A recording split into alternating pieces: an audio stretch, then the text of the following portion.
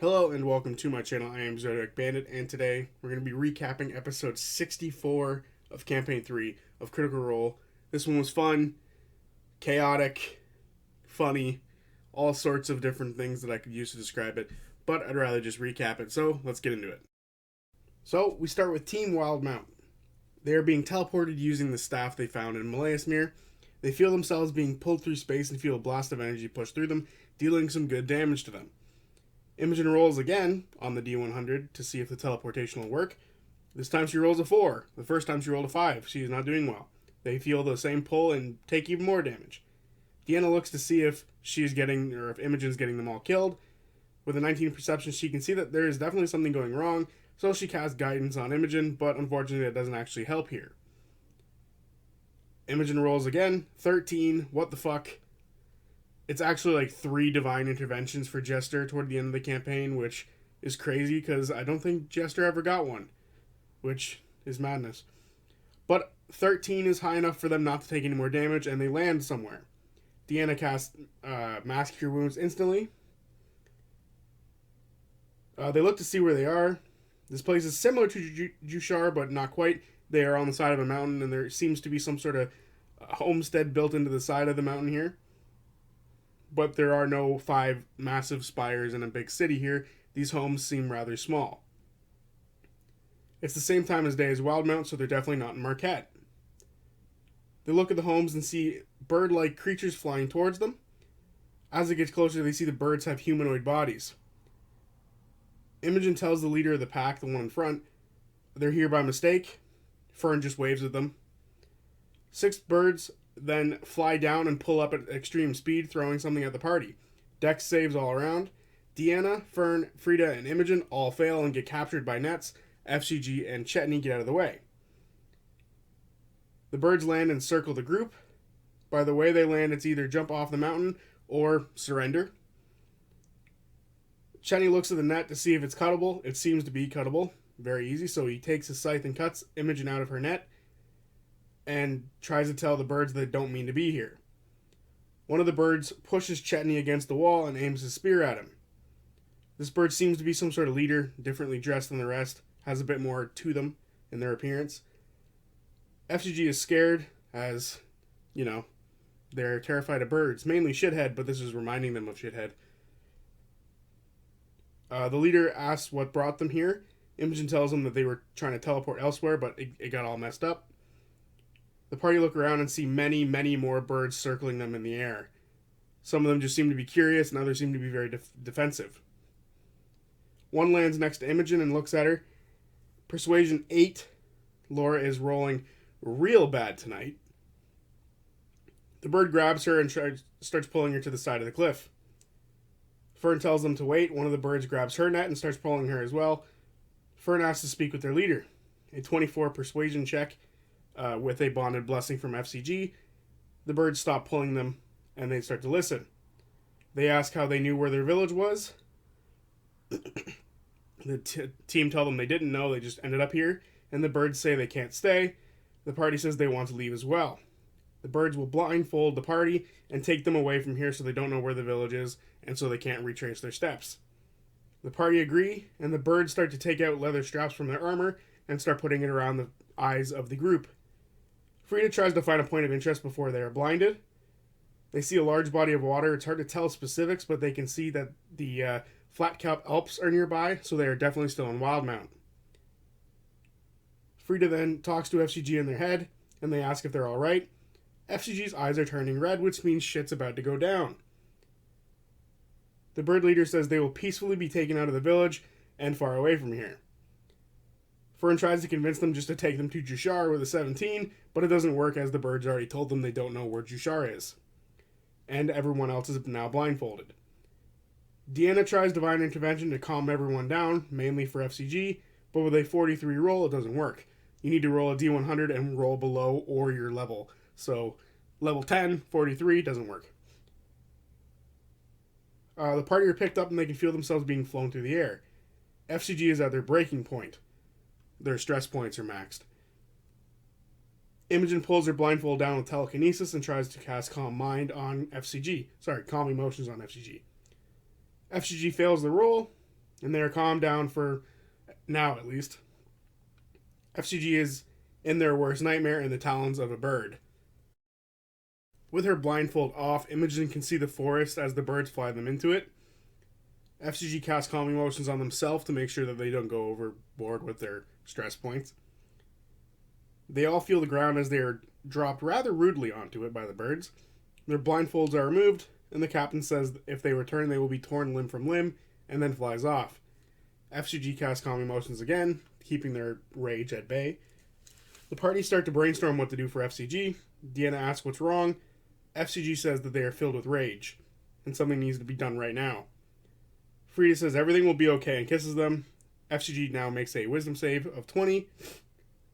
With this, they're able to calm themselves a little bit, and they're reduced by 2 stress points, meaning they are no longer at their rage point. They try to figure out where they are.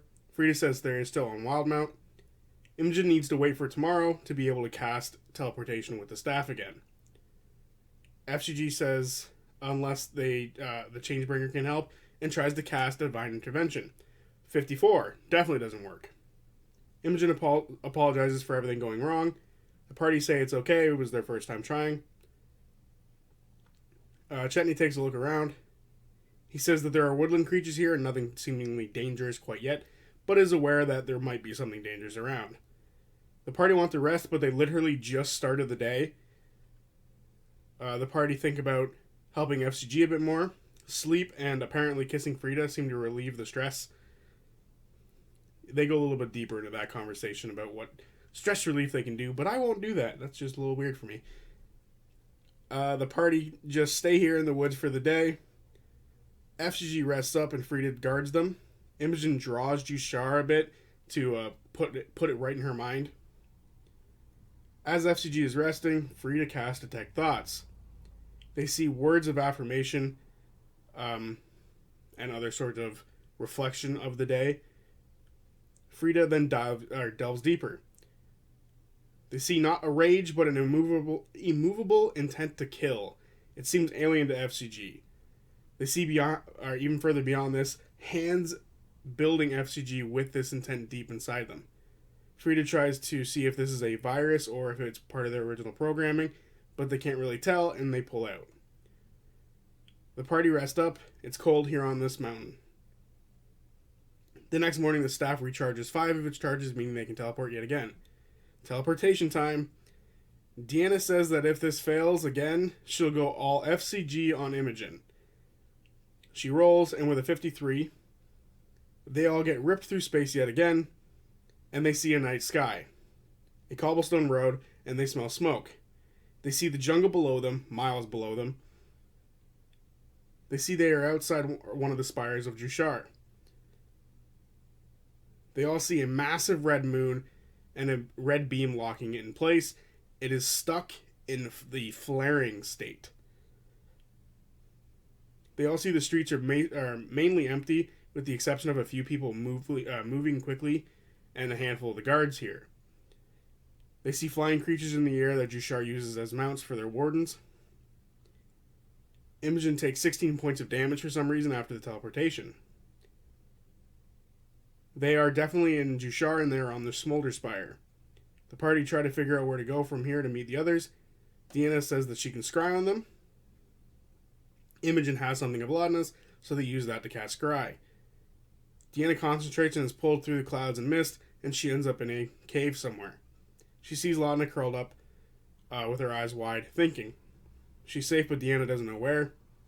Deanna tells Imogen she's safe, and Imogen gets all happy about this and asks why they didn't scry before. She says to try sending again because it might work. It doesn't work. She hears the static sound. She's just glad that Imogen is okay. FCG says they should go to where they normally go around this town. So, first thing first, they're on the Smolder Spire. They decide to go to the Soot and Swill Inn, or tavern. Imogen looks to see if the wardens here are keeping people inside or not under some sort of lockdown. It doesn't look like they are. People here are just tense. People seem to be spooked. They get to the Soot and Swill. It's mostly empty. There's a passed out dwarf in the corner. There is no one at the front table, but as they yell for somebody to come down, an older half-elven gentleman steps down the stairs and says that they can offer them a room. Imogen says there's no need for that and asks if Pretty is in, or if anyone else left a message for the Belzells. He says no message, but he can go get Pretty. He gets Pretty for them. Pretty sees Fern and Imogen and he hugs them. He says it's been a while, and they ask if they've seen the rest of the party. He hasn't, unfortunately. They tell him they were split up and they're looking for them now. He asks if they want breakfast, but they all decline. They have to keep looking. They ask Pretty what's been going on. He says there's weird lights in the sky, there's been lots of drinking and lots of strangers, and the moon is getting all weird. He says it's hard to get around. Some of the gondolas stopped working. The one of the core spires specifically isn't working. Deanna tries to fix Pretty's messed up stitch work on his PJs, but he catches her. He asks what she's doing, and she explains that she wants to make him, feel a bit more comfortable. He accepts, as finding clothing in his size is not easy. She fixes his PJs, so now he can sleep better, and he's very appreciative of it. Fern says to let the rest of the party know that they've been here if they come by, and that they are okay, and then to go meet them at the Fire by Spire if they happen to come here. The party asks if Pretty has seen Ludinus. They show him an image of him. He says that he doesn't believe someone like that would come around here. The party then head out as they need to keep looking for the rest of the party in the rest of their usual spots. The light of day fills the sky and they can see more of the city. They can see the skyport and it's filled with ships. They try to figure out how to get across to this core spire. Frida suggests they scry on Ludinus. They have a bunch of his shit now after going to Malaismere. The party like this idea but want to wait until they are at the Spire by Fire. Frida looks around to see if anyone notices the Belzells. 16 on the perception check. It doesn't look like anyone seems to recognize them or seem to really worry about them. The people here just seem in fear, and everyone seems to just move around quickly. Frida also sees soldiers other than the wardens. They're wearing different types of armor and different gods on them. Some look to be like sellswords, and it seems that Vasselheim is here in a large force. The party realize that others were probably told to help the gods as well, which explains the Vasselheim presence here. They reach the gondola and see an automaton here is cold and dead, seemingly not working. There's a line of people here, and a robed figure helping move people to the core spire. The party think about flying.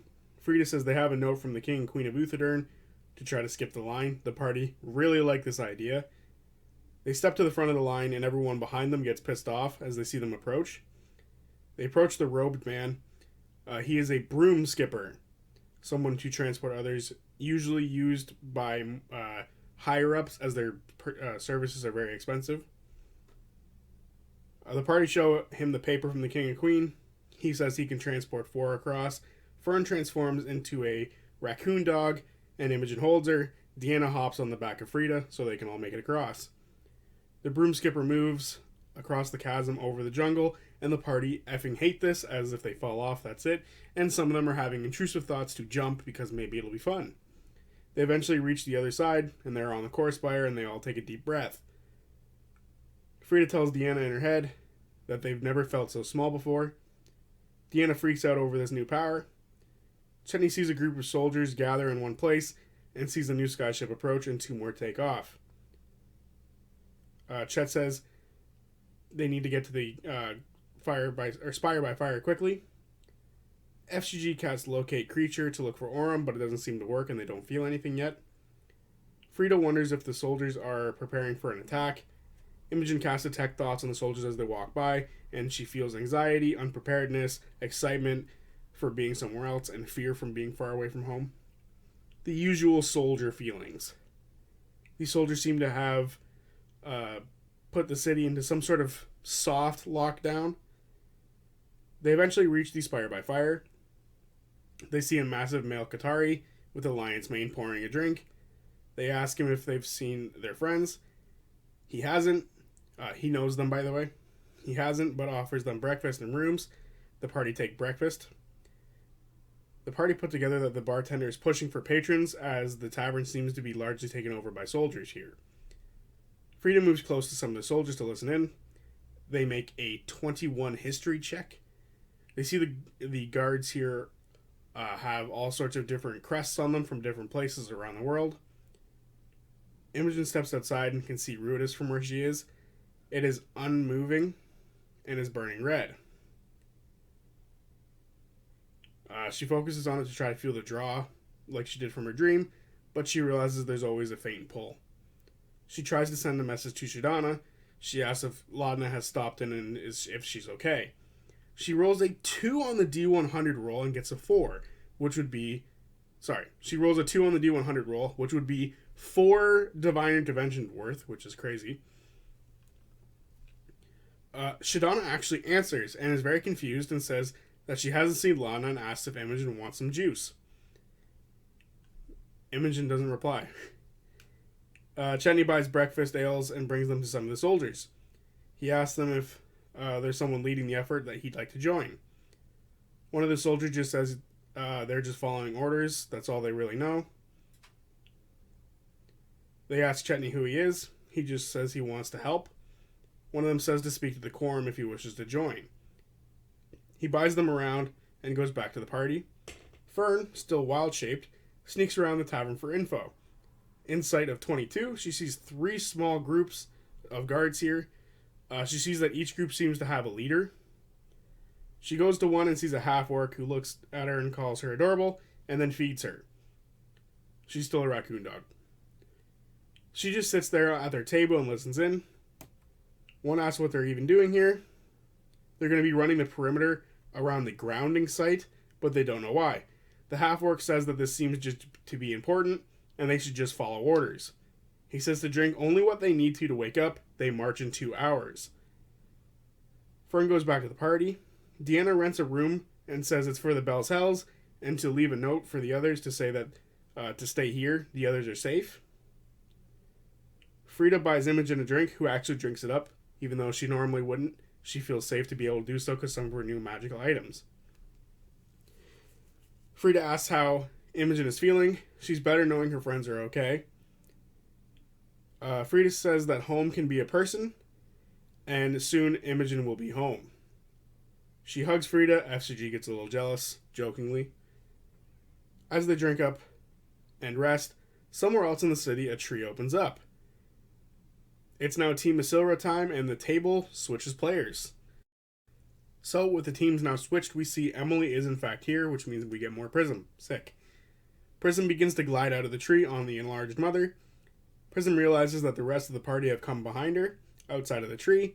Orem uses Seedling to grab onto her with a vine because she is going to fly off into the distance if they don't help her now, because they are on one of the spires. Dex check of 18. Orem pulls Prism back. She's confused. She thought they were going to 2 different places. They tell her that Jushar is in fact in Marquette. The party offer to show her around the city. Ashton sees that they are in the Lucent Spire, the rich spire. Matt explains the city to Emily. We don't need to hear that explanation again. Orem looks around to see if they're in someone's garden. Nope, they seem to be in some sort of public park. They see the ley lines and they can see Ruidus. Prism notices the ley lines converge on Ruidus and seems to be a nexus point. She wants to go there and asks if the party plans, or ask what the party's plans are as well. Orem says they need to find their friends first before thinking of their next step. Laudna tells Prism of Starpoint Conservatory because it'll be a good place for books. Prism tells them she's going to lie and say that she is a Grand Mage of the Cobalt Soul. They explain they've met a high-ranking member of the Cobalt Soul before and wonder if Prism knows her. She, in fact, does not know Bo. Bo's pretty identifiable by the Watchboard abs, but she doesn't recognize the description. Prism says that that's a great place for her to start her journey, the Starpoint Conservatory. The party say they'll back her up her lie if she becomes their eyes inside. She says she has a way to actually help them and sort of has a teleportation circle she got at level 10, so she will be able to sort of give them a bit of information if they need it. They try to figure out if they know anyone on the spire, but they realistically don't. Prism feels like she can move about well enough here on her own. She asks what the party are going to do. Orem says meet their friends and then head toward Ruidus. Orem says that she can go with them and get food and work on her lie as they go. They leave the garden and reach a gondola. The gondola to the core spire here seems to be working. A gondola cart comes and the family walks off it. They meet the eyes of the party and they quickly move past them. The party don't feel it was them. It was more just general discomfort. Prism asks if they're from here. Only Ashton is. They explain that they all met here. A gnome pushes past the party and motions for the gondola to go, and the party quickly rush on. Laudna sits next to him, creeping him the fuck out. The gondola starts going. Laudna sits next to him and asks what's been going on lately. He points to Ruidus and tells them that there's been a lot of strange people coming to the city, and there's been a lot of weird goings on. Prism tells him that she is a high-ranking member of the Cobalt Soul, and he tells her more. There's been celebrations going on in each of the spires. The party grill him for more info, and if people went missing or just appeared here in the city, he says this did not happen, which is rather interesting because that means this place is not on a nexus point. Prism casts friends on him to sort of calm him down. Prism then asks his name and says they just want information and wants to help him do his business. Orem blocks his view of Laudna as she is creeping him out. Prism rolls a 4 on persuasion. He says he doesn't know what they're asking about. They ask if he wants to take a survey. He just shuts down at this point. And then Orem asks if the Quorum has done anything to take action. He says they've made new alliances and have increased the security around here. As soon as the gondola stops, he runs out, and Prism sends Mother after him. Mother lands on his bag. He seems to be a carrier of sorts, and casts Identify on it. It's literally nothing. Mother then returns to the group, and the group questions the city celebrating the solstice. Ashton wonders if they should stop home first before seeing the others. Laudna says FCG would probably like to see Milo. Ashton agrees. They're currently on the core spire. As they walk to the spire by fire, they show Prism around. Prism asks if there's any tavern for high-ranking mages to sort of share info and swap spells. And if the city is heavily religious. Ashton thinks of the Ascension's Rise University. It's probably her best bet for swapping spells and information about magic. Laudna says the city realistically isn't very religious. If she wanted info on that stuff, Vasselheim was probably where she should have gone. The party tell Prism of the Lumos twins and says their family might have some information if she's looking, or that she's looking for. And says Starpoint is probably a good spot to start, and Ascension Rise is a good spot to start. Prism says this will give her a year's worth of work to do and to sneak into their restricted sections. Very Harry Potter of her. Laudna is excited to talk to her in a few months and see what she's learned. Prism tells Laudna to go to the Shadowfell on the night of Ascension, a holiday celebrating the Matron of Ravens in the Shadowfell. This is all walk and talk, by the way. The party see life in the city is lesser than it used to be, and they see that the skyport is covered in skyships. Prism thinks about how it's similar to how it felt to Hearthdell, with all the soldiers moving in. She tries to see if they all represent the same god. They all have different gods and different crests from different places. Ashton looks for Paragon's Call, but doesn't see any of them. Orem looks for Green Seekers, but doesn't see anyone of the Green Seeker wearing variety. And at this point, they reach the Spire by Fire. When they get there, they see soldiers leave, and they see the bartender talking to people, and off in the distance, they see the party in the corner. The rest of the party rejoin the table, talk about cramped 10 goddamn people. That's insane. That table must be massive. Thinking about it right now, that table has to be gigantic to fit, because there wasn't 10 people. There's 11 with Matt. This table has to be massive. Even bigger than I thought. I haven't seen too many pictures of it, but it has to be massive, because they didn't look too cramped. Like, they all had a little bit of move around with, but it was insane looking. But at least they know they can do 10 people, so if they ever want to do this again, they realistically can. Imogen and Lana lock eyes with each other and they rush to each other. Orm jumps through the air and hugs Fern. Lana asks about Chetney, and Chetney introduces her to Deanna. Lana introduces Prism to the party. FCG and Frida were making out in the corner, and the party are all shocked to see another Aorton. The party say that they scryed on each other. They go up to their own room as Deanna had bought one, and they give the bartender 10 gold pieces to pay for any weird requests that they have. They say they miss each other. Each group respectively says this. They tell each other what happened on their journeys. The one group went to Isilra, the one group went to Uthadern. One group tells about the betrayal of Bodor and the lie that he told. The other group tells about their threesome. The one group tells about Malaeusmir, the flesh monsters, the Wolf King. Lana tells everyone that she can now summon hellhounds. Orm tells them about the gorge they initially landed in and then traveled to Hearthdell. They fought a temple there to free the town from the Dawnfather. This irritates Deanna a little bit and she leaves.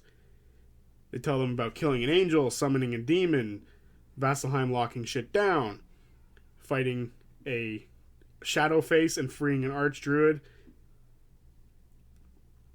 They talk about how Bodor's betrayal made Laudna and Prism snap, and Prism punched him to death. They tell the other party about Denise. Orm tells Fern that Denise is Dariax's Denise.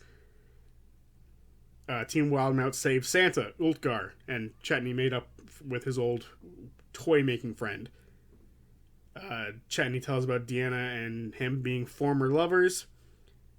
A god reached out to FCG. Team Isilra aren't sure how they feel about the gods quite yet.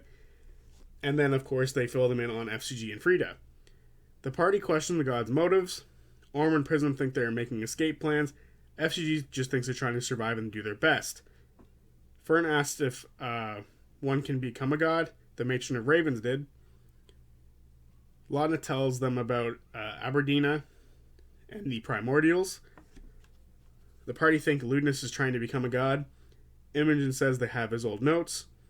That's why they went to Malaeusmir in the first place, to find something of Ludinus.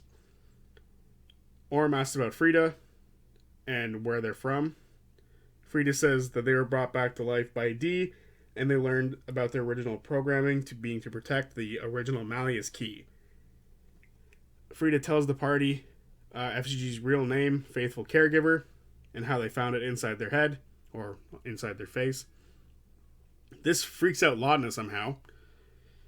Deanna left the room after the talk about fighting the Dawnfather's temple. She set up a ritual to reach out to the Dawnfather. She asked if working with the Bell's Hells is going to save the gods. There's no response, making her feel like the Dawnfather is uncertain as well. She asked if his followers are hurting people. He says they do what's best for the people of Exandria. She then asks if he's worth saving, and she is pushed out of her communion and feels her eyes burning. She then returns to the party. Chetney fully introduces Deanna to the rest of the party. She explains she died and came back to life. Lana tells her that she died 30 years ago as well. Prism asks Chetney to explain what was wrong with the magic around them. They explain the whole issues in Uthadern, with things coming back to life and with the lights not working fully and teleportation circles not working. Orm tried to talk to Dorian, but it didn't work. Imogen says she tried to use sending to the other party, but it didn't work either. Prism and Ashton say they were in a place where magic was stronger. That's why the Dawnfather was probably trying to take it. FGG says they mean protect it, right? Ashton says no, take it. Deanna says he was doing what he felt was best for the people. At this point, Prism's lie about being a high-ranking member of the Cobalt Soul sort of falls apart as Chetney sees through it and FCG sees through it. She tells them she's just going to steal books for the party and give them information. Prism explains she's going to look into the gods and try to find the true history of the gods that is not being bastardized. Chetney asks if anyone knows how many Nexus points there are, or if others would know. There are notes that are known on the Nexus points, but they move in between solstices. Prism rolls an 18 religion check. She knows before the solstice there was about 23 nexuses. So that's a lot of power grabs going on. Fern says it's interesting as Ludinus's notes say the temples fear the moon and the gods push away from it. They wonder if that is because knowing of the thing in the moon makes it stronger. FCG says that's proof the gods are trying to protect people. Prism tells the group of the Githzerai in the meteor and Ashen's ring. Fern tries to steal it with an 18 sleight of hand and a 15 perception check. Ashen goes to show off the ring, but it's not there on their finger. They look to Fern and say that they missed her too, and she gives it back. They say it helps them with fire. And then Fern says, well, that should probably be mine then. And Ashen says they can have a few drinks and talk about it then. Chetney asks how the other party got back. It was hard for them. They couldn't teleport anywhere without the staff. At this point, FCG sees Mother and freaks the fuck out. Laudna then explains they were teleported through a tree after helping the town of Hearthdell. Now what's the plan? Deanna says they might be able to research the ley lines and the technology of the past. Orm says they spent weeks looking around the keys and realistically learned nothing. Prism says they can research and send things back to the party. Deanna says she can help her out with this, and she can actually send things back to the party with her own magic. Prism says that that's helpful, as she doesn't really have a way to truly do this. So Deanna's help would be very nice. Orm says the knowledge of Predathos was deep inside Vasselheim, so it would be very hard to find it. So Prism and Deanna are probably going to end up going to Vasselheim at some point. Chetney says teleportation circles aren't working. Teleportation works, but the circles aren't. They seem to be deactivated. Laudna says maybe magic is working different in different places. Prism asks Denios if it's all magic that was amped or just arcane magic that was amped under the Nexus point. Denios says it seemed to be all magic being amped underneath the Nexus point. Deanna freaks out over a talking book. Imogen casts detect thoughts on Denios. And in his head, he says, I wonder why she's looking at me. Imogen asks if he's a good book or a bad book in his head. He rears back a little bit and says he's a good book with a bad attitude. Easily one of the best Denios lines. Imogen then asks what he thinks of Prism. He says that she walks uncertain paths but is interested in where they lead. Denios doesn't like being looked at, so he goes away. They all share what they saw as they came into the city about the soldiers. Chetney wonders if they should go to Ajit Dial to share some smart people thoughts. Orm tells the party they fought Adjudicator. This freaks out the Wildmount team. Prism shares the runes that she got off the Adjudicator mask. It's in Draconic. No one can read it still. Imogen wonders if the Lord and Lady of Whitestone are here, as there seem to be a lot of important people converging. Ashen asks Orm where his people are. Orm then looks to Deanna and asks for her to scry on them, or to scry on someone for him. He gives her a bit of the seed that Keyleth gave him. Chetney shows Deanna what she looks like. She then starts to scry. She has a hold of the seed, and it takes a while for her to be able to push the spell through. It's like the magic that she has been granted is being held back a little bit before it's given back to her. The Dawnfather likely wasn't happy with what she said to him earlier. She pulls up and eventually comes down to a shaded interior. A figure is standing looking through a window. She's holding a staff, leaning heavily on it. A voice speaks to her from the side. She tries to walk but nearly falls over. Others grab her and lead her to a bed. With a perception check of 24, she hears, "You must rest.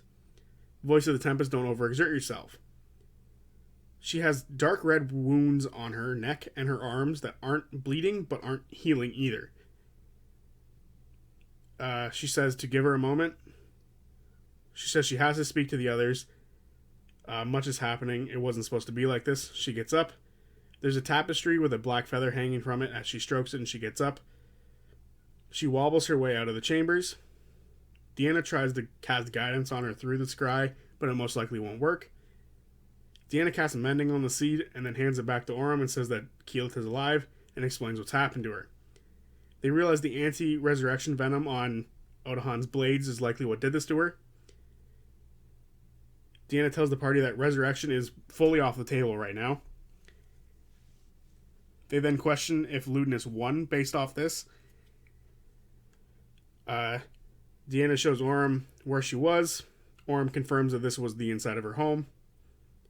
Lana suggests going to the druids as they know about great magic before the gods. Chetney asks if they know where to find the druids. Prism wonders why all these people are coming here. Chetney thinks it's because they want to bum rush the moon or the dig site. Frida asks if anyone went to the dig site. Imogen says that she dreamwalked to it and says that people are leaving and going to the dig site, mainly the Relori. It's been a while since I've had to say that. Laudna explains Iodons, the primordial spirits. FGG asks about the Githzerai they saw. Prism asks Dinios to explain it. He describes them, and they don't seem to be related to the Rhinoli or to the primordial spirits in any way. I'm not describing it here, what he said, because he basically read off the Githzerai friggin' Wikipedia, and that was a lot to take in. The party think they have to go back to the dig site. Deanna says that they can teleport. Imogen got better at it. Chetney asks if they want to talk to Ajit Dal first, or just head right out. Orym says they should only spend today in the city and then head out as soon as possible. Frida asks if Imogen's magic is connected to Predathos and what happens if it's gone. Or if he is gone. Or it is gone. She doesn't know. Frida says, what if the key, the Malleus key, can be used against Predathos and destroy him? The party liked this idea. Orym suggests that Deanna, Frida, and Prism do some research and the others go to the dig site. FCG says that Frida should stay with them, but Frida thinks they need to protect Deanna. In FCG's head, they hear Frida say that they don't trust Prism. FCG says it's just a temporary split then. Frida says yes, but Deanna can see that Frida doesn't really believe that. FCG says they will stay with Frida. Deanna questions who's going to heal the party if FCG doesn't come. FCG says they can flip a coin to decide. Orym says they need to address this fully or no one will be able to get back to anyone. Lana says to Orym to just let them pick. FCG says it's tricky. There's a lady in the sky that helped them figure out themselves and what they're doing. But Frida helped them figure out why they're doing the things they do. FCG will stay with the party and keep the party safe to help the Changebringer so she can help others. Deanna promises to bring back Frida. Prism says she does as well, that she will also hold up this promise. FCG insight checks her, and Prism rolls a 1. FCG tells Prism Frida is awesome and makes them feel like they want to have a happy life, and that they just met Prism and they don't trust her to keep Frida safe. Prism promises to bring back Frida if FCG promises to bring back her new best friend Orym. This confuses Lana and Ashton a bit, but they accept it with a little bit of salt. FCG agrees to the deal. Prism asks if they trust her now. FCG does. Should have insight checked. Chetney hears in his head that Frida and FCG had gotten close, but Frida respects Chetney for what they taught them. Deanna tells Lana that Imogen got her a new corset. Imogen gives it to her, a little bit upset because she was going to give it to her later, but now is good. The two groups make sure they each have something to scry on each other with. FCG can now cast scry, and apparently so can Fern. Imogen gives Prism her letter from Lord Estros to get it into the Starpoint library.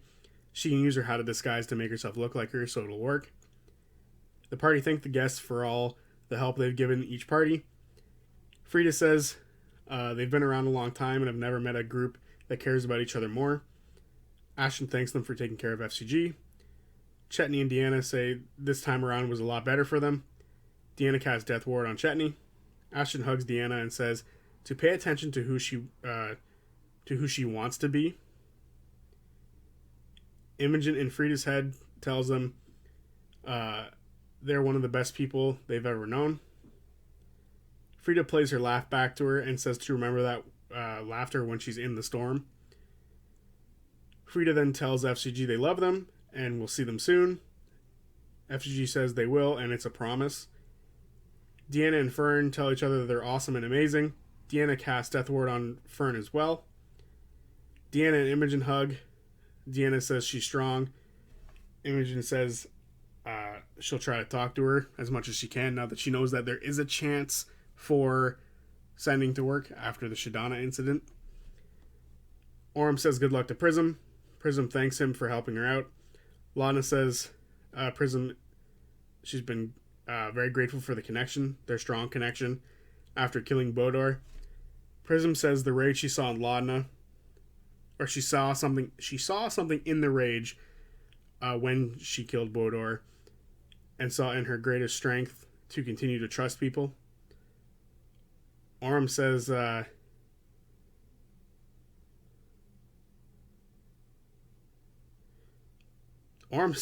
they will pick off where they left off, and they fist bump. Prism casts Enlarge on him. He is now 6'6" for a little while, and everyone says that the extra height makes the act that Orm puts on of being very fit, makes it a little bit more douchey now. Prism says to be safe in the front lines. As they leave, Deanna takes out some of her yarn and starts to cover up the symbol of the Dawn Father. Prism gives Ashton some paper to write on for clearing their mind. The guest group up and head out to Starpoint and leave the now reunited Bell's Hells alone in the room, and that is where the episode ends. So there you have it, episode 64. This is going to be a long video, so I'm just going to leave my final notes here. Very short, very brief. Fun episode, super fun, super chaotic. 10 fucking people is insane to have at a table. I have 5, and that's too chaotic for me. So I have half of what they saw here at this table. That's insane. Yeah. Anyway, fun episode. If they ever have all these characters come back, I hope they do what they did in Campaign 1, like for the final boss sort of confrontation, when they had different characters show up at different times for the fight, rather than have them all here at once. So, because that was frickin' madness. The crosstalk was insane. But anyway, it was cool, it was fun. I'm glad the party is back together. So, can't wait for next week's episode when it's just the Bell's Hells again. It's been awesome to have these guests. They were a fantastic crop of guests. So, yeah. Glad they were fun. Glad they were cool. Can't wait for it to just be the regular team and yet again. It's been a long time since the party has been at the table. Just the party as a group. So, it's cool to have them all back now. See you guys on Tuesday for whatever video I make next. Peace.